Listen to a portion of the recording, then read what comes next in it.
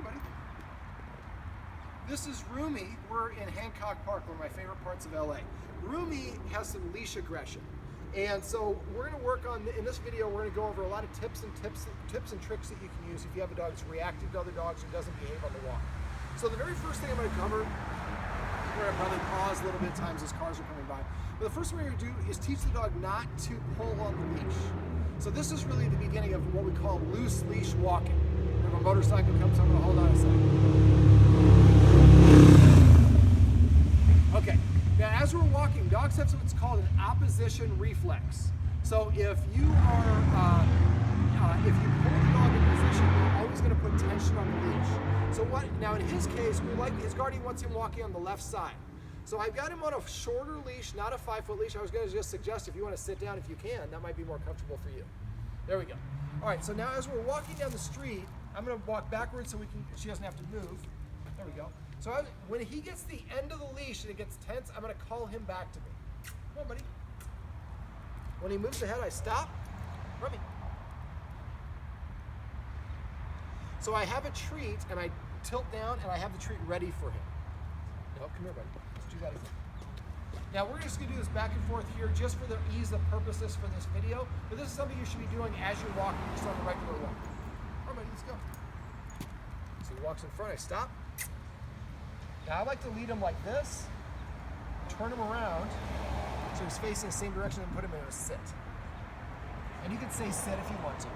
And so the idea is every time I get to the end of the leash and it gets tense, I hear a lure, and when I come back to turn around for my human, they have a treat waiting for me. After enough repetition, he'll hit the end of the leash and just automatically turn back and come back to you. So that's the beginning of getting your dog not to pull on the leash. Okay, grab a seat and we'll talk about some other stuff right here real quick if you're comfortable sitting. The guardian here is in much better shape than I am, so she can do about anything. Okay, so the other thing is when we're walking, a lot of us let our dogs go all over the place. I have 5 rules for what I call a structured walk, and we're going to make it easy on your mom by getting down here. So basically what I do for a structured walk is I want to keep the leash short. I don't want to let him go all over the place. I'm going to keep him next to me. So in his case, his guardian wants him on the left side. I would have her always walk him on the left side. Now sometimes people want to walk on the right side because of the grass or carpet or the rest of that stuff, or traffic. It's harder for the dog if I'm switching back and forth. I should probably walk him on the right side. Okay, okay. There's more grass. Okay, but the grass thing, you can always stop and turn and let him go there. And if you want to do, if it's more prevalent on the right side, that's fine, but just pick one. Okay, so rule number 1, stand on the side that you want. His shoulder should be aligned with my hip. This should be the alignment. For dogs, whoever's in front is in charge. So if I let him walk in front of me, he's going to be more reactive to all the dogs that I run into. Make sure no dogs come up behind us. All right, so rule number 1, stay in your position. Rule number 2, a lot of guardian people hold the leash up when they're walking their dog and they're putting tension on the leash, and that's going to activate and dogs are going to pull. So what I want to do is I want to keep my arm nice and loose and down. If there's too much leash and he's tripping over it, I just choke it up by going around a couple times. So I don't want it to be a tense leash, but I want it to be a loose, short leash. Rule number 2 is keep your arm nice and relaxed and going down. Rule number 3, a lot of people, and the guardian was doing this earlier, when the dog starts to get out of position, we start pulling him back like this by holding our arm back, and I'm activating his opposition reflex. So for this, every time he walks in front of you, just stop. And again, you're conditioning him. Stop means come back to the human. All right, so that's number 3. Rule number 4, a dog's nose controls 60% of its brain, and dogs cannot multitask. If you let your dog, if every time your dog stops to sniff, you stop, you're telling your dog you're driving. And then the dog thinks he's in charge. Sit. So what we do instead is, if the dog wants to sniff as we're walking, that's okay. But if the dog stops and I stop, then the dog's telling me what to do.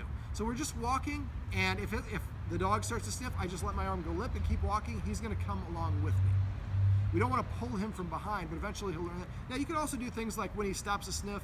Now if his nose is activated, he's probably not going to be very interested in a treat or something like that. He's sniffing the urine or whatever it is. So basically, what we want to do, how you doing? He loves Olive. He loves, okay. But he attacks Olive, okay. Loves Olive. No, we're making Rumi's life better. Oh, good. This is good dog psychology in action. So So we will let him sniff as long as we don't stop to sniff, unless you want to stop. Now, sometimes I do a quarter of the walk on, where he's got to be in position, then a quarter of the walk where I let him sniff and walk around, just not walking around in front of me. And then I go back to a quarter of the walk where he's back in the heel position. And so it's on and off. It's not stimulating for a dog not to sniff. Crash. But if we let him sniff too much and we stop every time he wants to sniff, we're not going to have a productive walk, and he thinks he's in charge. Rule number 5, for male dogs, I do not let them mark on a walk. Now, this is a little bit different in Los Angeles than when I work in the other parts of the country, because most people here do not have a yard. So they have to walk their dog to let the dog urinate. But just because the dog pees outside doesn't mean you have to pee everywhere outside. And for male dogs, when they lift their leg and pee on vertical surfaces, he's saying, this is Rumi's trash can, Rumi, this is Rumi's bus stop, this is Rumi's tree, this is Rumi's porch, this is Rumi's whatever. And so he's asserting himself, and everything between your house and the furthest point away that he marks, in his mind, is his territory. And he will be more reactive to those dogs. So when he come out, I'm going to go to here or wherever we want to let him go. He gets to urinate or defecate. Then we go on the walk, and then at the end of the walk, he gets to do it again. But I don't stop to let him pee on everything, because that's going to make him more reactive. Now, the last little thing I'm going to do, and the Guardian's going to get up and we're going to kind of move around a little bit, is something I call the long walk. Sometimes when we're walking, we have a tendency to think of the destination, and when the dog is sniffing and farting around, we get frustrated because we're like, I only have 20 minutes, I'm doing this for you, why don't you help me? Well, the dog's having a good old time. So what I want to do is program the dog to stop and sit next to me. And the way I do that is, instead of actually going to walk around the block of the neighborhood, I might walk from here to 3rd. And I'm just going to stop every 5 or less steps. Sometimes 1 step, sometimes 3, sometimes 5. So just give yourself like 20 minutes. I'm just going to walk stopping, and every time I stop, tell the dog to sit. When he sits, I pop the treat in his mouth and say sit, then we walk up to 5 more steps. So if you do this every day for a week, after a while you stop, he'll just stop, sit up, and look at you, expecting to get that treat. And now we're conditioning the dog that if you stop and sit, I'm going to reward you.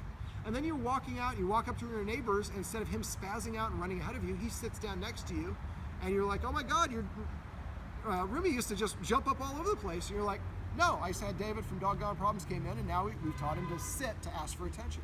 But it's just, and it's also the dog is paying attention to the human, as opposed to paying attention to everything but the human. All right, so I'm going to have the Guardian get up, and she's going to have to do her best walking backwards. And I'm going to show you, we're just going to do it for about 5 or 6 times. So if you want to go to the sidewalk there, and just walk far enough away where you can see us both. Now again, I'm going to keep the leash relatively short. Come here, buddy. And luring him into position, not pulling him into position. You should think of the leash as a safety line if you're a mountain climber. You hope to God you never need to use it. Lure with the treats instead. All right, buddy. And we have a dog that's going to come up behind us in a minute, so we got to do this real quick. Yeah, I guess in front of us. Sit.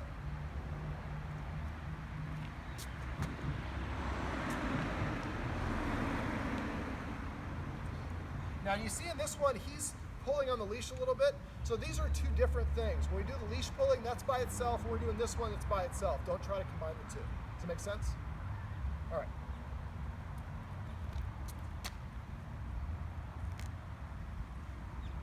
Sit.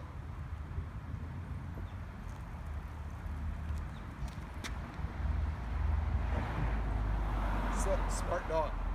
Okay, so if you practice this, like I said, for a week, you might practice from here to 3rd. You might practice like 75 sits.